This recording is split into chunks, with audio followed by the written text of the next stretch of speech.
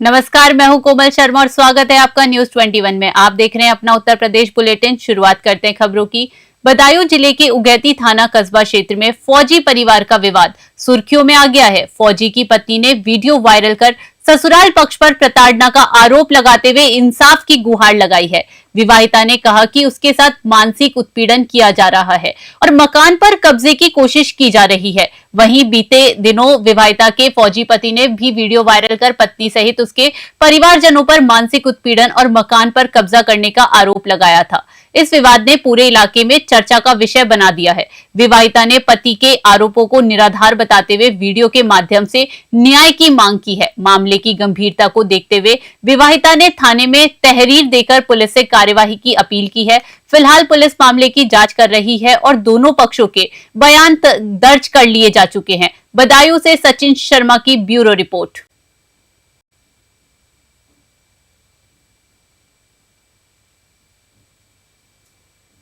सोनभद्र जिले के बिल्ली मारकुंडी क्षेत्र में खनन निदेशक माला श्रीवास्तव ने दौरा कर खनन गतिविधियों का जायजा लिया। इस दौरान उन्होंने विकास, राजस्व और क्षेत्रीय समस्याओं के समाधान पर रणनीति बनाई। निदेशक ने कहा कि बिल्ली मारकुंडी संपदा संपन्न क्षेत्र है और इसका विकास स्थानीय लोगों से जुड़ा हुआ है। उन्होंने पट्टा धारकों के साथ विचार विमर्श कर आगे की कार्य योजना तय करने की बात कही। माला श्रीवास्तव ने सुरक्षा को अत्यंत महत्वपूर्ण बताते हुए सभी पट्टा धारकों को जिम्मेदारी पूर्वक कार्य करने की हिदायत दी। उन्होंने खनन मानकों और भारत सरकार के director general of mine safety के निर्देशों का सख्ती से पालन सुनिश्चित करने का आदेश दिया। निदेशक ने सतत और जिम्मेदार खनन पर जोर देते हुए कहा कि खनन से क्षेत्र का विकास होगा और स्थानीय लोगों के लिए रोजगार के अवसर पैदा होंगे। उन्होंने राज्य के लिए खनिज आपूर्ति और राजस्व प्राप्ति को महत्वपूर्ण स्रोत बताया और नई ऊर्जा के साथ बेहतर कार्य करने का आह्वान किया। सोनभद्र से संतोष साहनी की रिपोर्ट। आपका यहाँ पे कार्यक्रम रहा, क्या दिखा आपको? अभी हम थोड़ा क्षेत्र आज देखा है, कुछ और भी चीज़ें आज और कल में देखेंगे और हम लोगों का 2-3 प्रयास हैं कि इस क्षेत्र के विकास के लिए विभागीय कार्यों को आगे बढ़ाने के लिए क्या रणनीति आगे के लिए रखनी है, क्योंकि यहाँ पे ये संपदा संपन्न क्षेत्र है और उसी के साथ यहाँ का विकास भी जुड़ा हुआ है। तो इन चीज़ों पर आगे की रणनीति पर बात करने के लिए और यहाँ की कुछ समस्याएं भी जिस तरह से उजागर होती हैं तो उनको भी विचार विमर्श करके कैसे चीज़ों को आगे बढ़ाया जा सकता है, इस पर बात करने के लिए मैं मुख्य रूप से यहाँ पे आई थी। और आज से लेकर कल तक में विभिन्न स्टेक होल्डर्स के साथ जो विचार विमर्श होगा उसको लेकर फिर हम आगे कामों को बढ़ाएंगे। खनन में जो सेफ्टी नियमों को लेकर बात चल रही है, जिस पे रुका है खनन, तो क्या नया निर्देश जारी हुआ है? देखिए, सेफ्टी पैरामाउंट है, इसमें कोई डाउट नहीं है और जो भी कार्य किए जाएं उनको जिम्मेदारी पूर्वक किया जाना।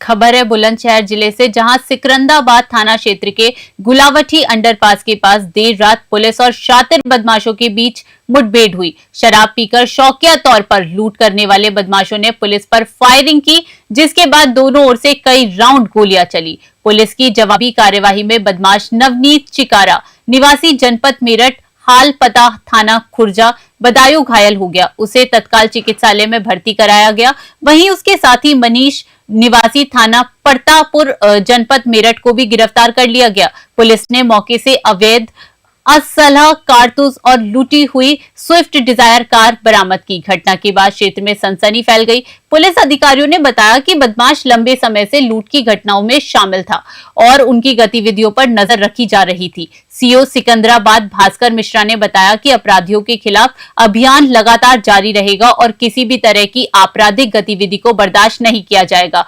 शहरोज खान की रिपोर्ट बदायूं से।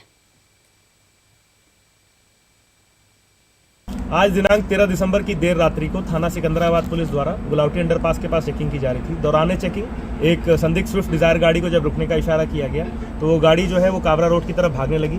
पुलिस ने जब इसका पीछा किया तो कोहरे में गाड़ी जाके पेड़ से टकरा गई। पुलिस अपने आपको गिरता हुआ देख इसमें बैठे जो दो बदमाश थे, इनके द्वारा पुलिस पार्टी के ऊपर फायर कर दिया गया।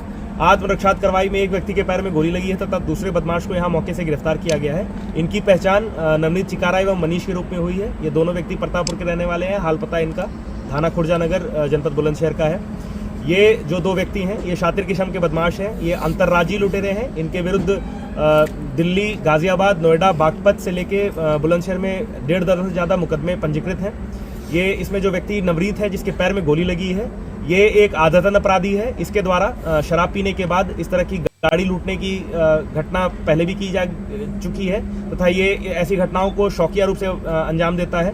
पूर्व में इसके द्वारा एक गाड़ी को संभल जिले के शहजादी सराय स्थित नैमिषारण्य तीर्थ शिवनाथ मंदिर के महंत बालयोगी दीनानाथ को फोन पर जान से मारने की धमकी दिए जाने का मामला सामने आया है।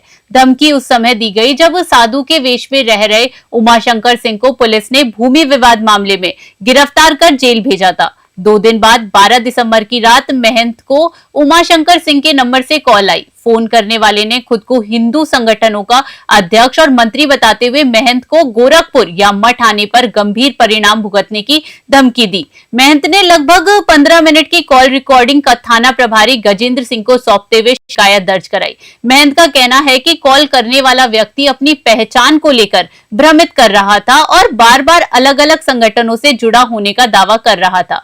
शिकायत मिलने के बाद संभल कोतवाली पुलिस कॉल डिटेल्स और रिकॉर्डिंग के आधार पर जांच कर रही है। महंत ने दोषी के खिलाफ सख्त कार्यवाही की मांग की है। संभल से सोनू वाशने की रिपोर्ट।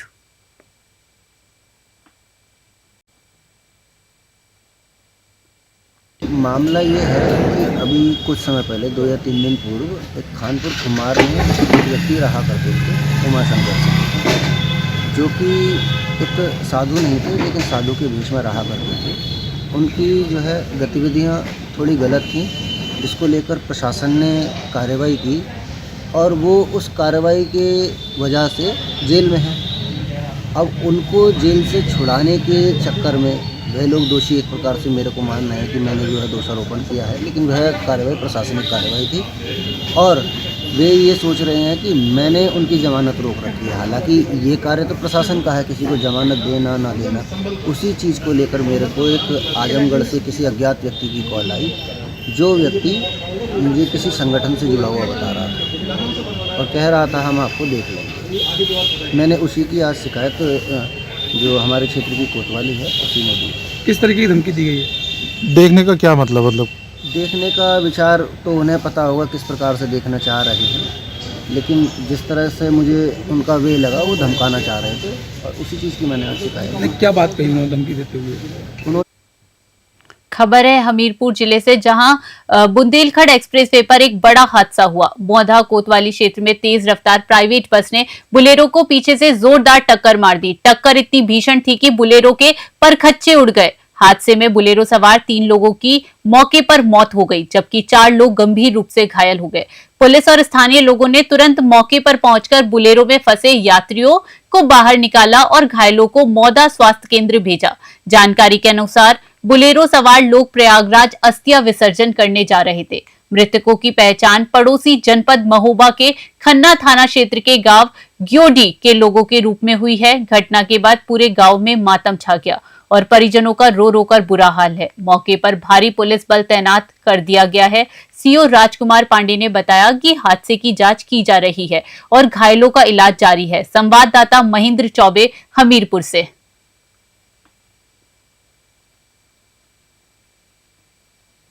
अच्छा, कहाँ के रहने वाले हैं? गाँव। अच्छा, तो कहाँ पे ये हुआ ये सब घटना? ये सिलसिला बुंदेलखंड एक्सप्रेस वे में किशोली के पास पेट्रोल पंप पड़ता है वहीं। अच्छा, कहाँ जा रहे थे आप लोग?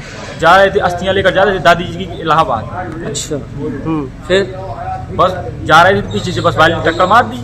कहाँ पे कोई घटना जगह है कुछ मालूम? जगह हाँ, वहीं पे एक्सप्रेस वे में ये जो पेट्रोल पंप पड़ता है वहीं पे है। अच्छा, बिल्कुल नजदीक। तो इनका क्या नाम है? इनका नाम राम सहोदर। राम सहोदर। हाँ। कितनी उम्र होगी इनकी? इनकी होगी 40-42 साल। अच्छा, उधर वो बड़े भाई हैं इनके घनश्याम। हाँ, क्या उम्र होगी? उनकी उम्र होगी 50 साल। अच्छा, और वो दूसरे तीसरे? वो हमारे दादाजी हैं। हाँ, उनकी कितनी उम्र होगी? होगी? 70 साल। क्या नाम है उनका? सिद्ध गोपाल। इनका नाम? 60 साल। हाँ, 60 साल। अच्छा, और एक दूसरे जो इसके पहले जो इनके, उनका नाम क्या था? आज दिनांक 14/12/25 को बुंदेलखंड एक्सप्रेसवे पर 71.8 किलोमीटर पर एक बोलेरो में पीछे से बस ने टक्कर मार दी, जिससे मौके पर ही बोलेरो सवार 3 व्यक्तियों का देहांत हो गया एवं 4 व्यक्ति गंभीर रूप से घायल हो गए। थाना मौदाहा को सूचना प्राप्त होने पर पुलिस बल के द्वारा मौके पर पहुंचकर घायल व्यक्तियों को एम्बुलेंस से इलाज के लिए बांदा चिकित्सालय भेजा गया है एवं मृतक तीनों व्यक्तियों के शव को कब्जे में लेकर पोस्टमार्टम हेतु पंचायतनामा कार्रवाई की जा रही है एवं अन्य वैधानिक कार्रवाई प्रचलित है। चंदौली जनपद में घने कोहरे का असर देखने को मिला, जिसके कारण बड़ा हादसा हो गया। कंधवा थाना क्षेत्र के कंजेहरा गांव के समीप बाइक सवार अनियंत्रित होकर सड़क पर गिर गए। बाइक पर 4 नाबालिग बच्चे सवार थे जो स्कूल टूर पर जा रहे थे। हादसे में चारों बच्चे घायल हो गए हैं। सूचना मिलते ही पुलिस मौके पर पहुंची और घायलों को इलाज के लिए अस्पताल में भर्ती कराया गया। डॉक्टरों ने 2 बच्चों की गंभीर हालत देखते हुए उन्हें ट्रॉमा सेंटर रेफर कर दिया। घटना के बाद परिजनों में हड़कंप मच गया और गांव में अफरा तफरी का माहौल बन गया। बताया जा रहा है कि बच्चे स्कूल टूर के लिए निकले थे, तभी घने कोहरे के कारण बाइक अनियंत्रित होकर दुर्घटनाग्रस्त हो गई। पुलिस मामले की जांच कर रही है और घायलों का इलाज जारी है। चंदौली से संतोष कुमार गुप्ता की रिपोर्ट।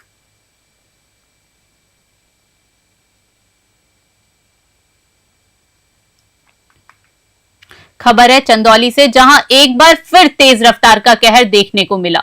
बबूरी थाना क्षेत्र के नरहरपुरा गांव में खेत की ओर जा रहे एक व्यक्ति को पीछे से आ रहे अनियंत्रित ट्रैक्टर ने जोरदार टक्कर मार दी। टक्कर इतनी भीषण थी कि साइकिल सवार की मौके पर ही दर्दनाक मौत हो गई। मृतक की पहचान निवासी आरव सिंह के रूप में हुई है।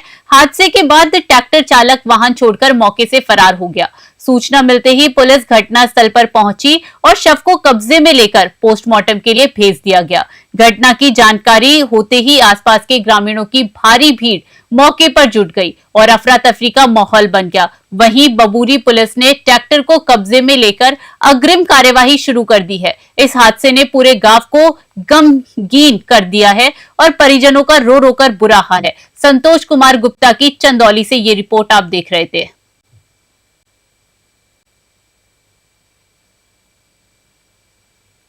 खबर है एटा जनपद से, जहां तेज रफ्तार का कहर एक बार फिर देखने को मिला।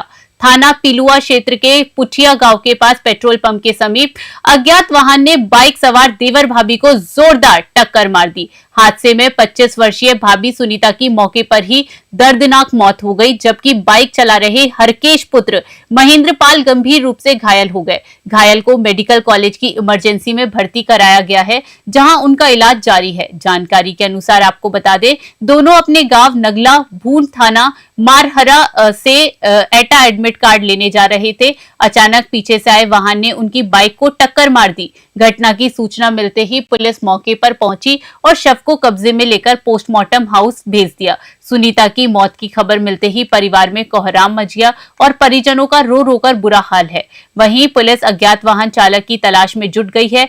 एटा से इराज अली खान की रिपोर्ट।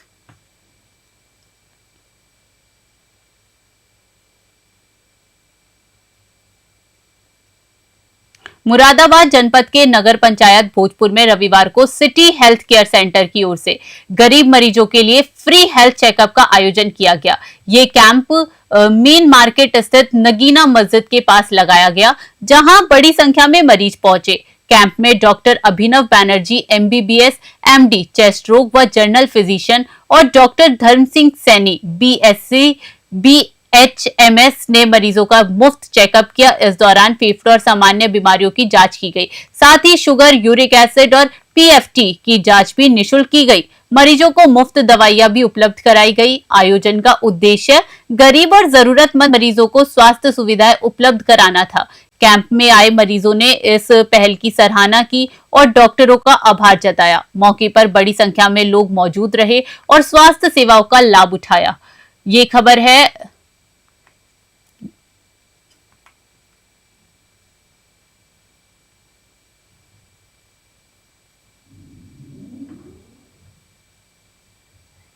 हरदोई जनपद के संडीला थाना क्षेत्र में पुलिस ने अवैध मिट्टी खनन के खिलाफ बड़ी कार्यवाही की है। ग्राम महसोन में 13 14 दिसंबर 2025 की रात छापेमारी कर पुलिस ने अवैध खनन में प्रयुक्त 6 वाहनों को सीज कर लिया। इनमें एक जेसीबी, एक कार और 4 डंपर शामिल है। पुलिस ने मौके से 2 व्यक्तियों को गिरफ्तार किया है। गिरफ्तार अभियुक्तों की पहचान इकबाल पुत्र सूबेदार निवासी हरदासपुर थाना कछौना तथा जफर पुत्र हजारी निवासी कोडरा कहचारी थाना कासिमपुर जनपद हरदोई के रूप में हुई है। दोनों के विरुद्ध नियमानुसार विधिक कार्यवाही की जा रही है। पुलिस ने सभी वाहनों को धारा 207 एमवी एक्ट के तहत सीज किया है। अधिकारियों ने स्पष्ट किया कि जनपद में अवैध खनन के विरुद्ध अभियान लगातार जारी रहेगा और इस प्रकार की गतिविधियों में संलिप्त लोगों के खिलाफ सख्त कार्यवाही की जाएगी। संडीला पुलिस टीम की सक्रियता से अवैध खनन पर प्रभावी अंकुश लगाया जा रहा है। हरदोई से अनिकेत गुप्त कुमार की रिपोर्ट।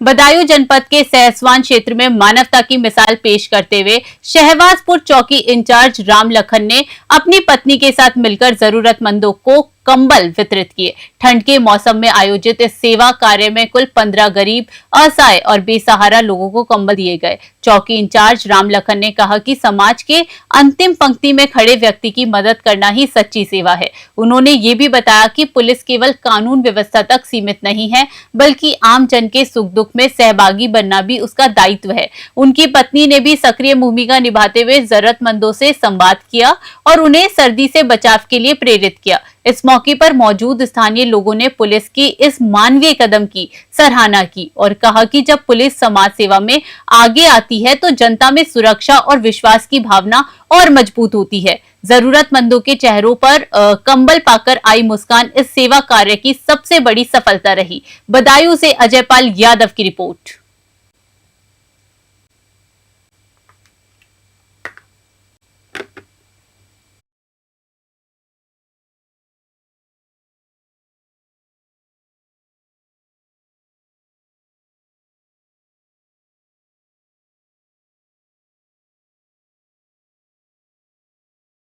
पत्नी संग जरूरतमंदों को ठंड से मिली राहत। सहसवान में चौकी इंचार्ज ने बांटे कंबल। सहसवान में चौकी इंचार्ज ने बांटे कंबल। पत्नी संग जरूरतमंदों को ठंड से मिली राहत। सहसवान में चौकी इंचार्ज ने बांटे कंबल। पत्नी संग जरूरतमंदों को ठंड से मिली राहत।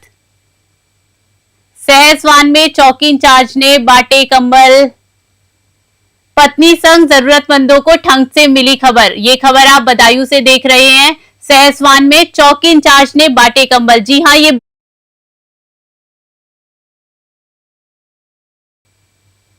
इटावा जनपद में अपराध पर अंकुश लगाने के लिए पुलिस ने बड़ी कार्यवाही की है। थाना बकेवर पुलिस, एसओजी और सर्विलांस टीम ने संयुक्त अभियान चलाकर अवैध हथियारों का निर्माण व तस्करी करने वाले 2 शातिर अपराधियों को मुठभेड़ के दौरान गिरफ्तार किया। ये कार्यवाही रात को ग्राम इकनौर तिराहे के पास जंगल में की गई। पुलिस टीम पर अपराधियों ने जान से मारने की नियत से फायरिंग की, जिस पर पुलिस ने आत्मरक्षार्थ जवाबी कार्यवाही की। मुठभेड़ में सज्जन सिंह और अभिषेक घायल अवस्था में पकड़े गए, जबकि उनका साथी मुकेश कुमार अंधेरे का फायदा उठाकर फरार हो गया।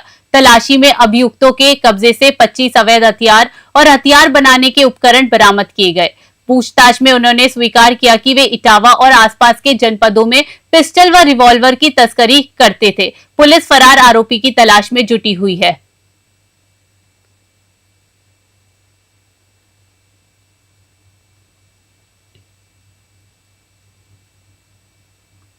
जनपद बदायूं पुलिस ने बड़े सरकार और छोटे सरकार क्षेत्र में अवैध रूप से रह रहे लोगों की पहचान के लिए विशेष चेकिंग अभियान चलाया। वरिष्ठ पुलिस अधीक्षक डॉक्टर ब्रिजेश कुमार सिंह के आदेश पर अपर पुलिस अधीक्षक विजेंद्र त्रिवेदी के निर्देशन में ये अभियान संचालित किया गया। अभियान के दौरान बाहर से आए गैर जनपद, गैर राज्यों और बांग्लादेशी व्यक्तियों की आईडी और पहचान पत्रों की गहन जांच की गई। जिन व्यक्तियों के पास वैध पहचान पत्र नहीं मिला, उन्हें उनके गंतव्यों को भेजा गया और सख्त हिदायत दी गई। इस कार्यवाही में नगर मजिस्ट्रेट सुरेश पाल, क्षेत्राधिकारी नगर रजनीश कुमार उपाध्यक्ष, प्रभारी LIU, प्रभारी निरीक्षक कोतवाली, प्रभारी निरीक्षक सिविल लाइंस, थाना प्रभारी महिला थाना सहित अन्य अधिकारी और पुलिसकर्मी मौजूद रहे। पुलिस अधिकारियों ने स्पष्ट किया कि इस तरह के अभियान आगे भी जारी रहेंगे ताकि अवैध रूप से निवास कर रहे लोगों की पहचान कर कार्यवाही की जा सके। बदायूं से सचिन शर्मा की रिपोर्ट।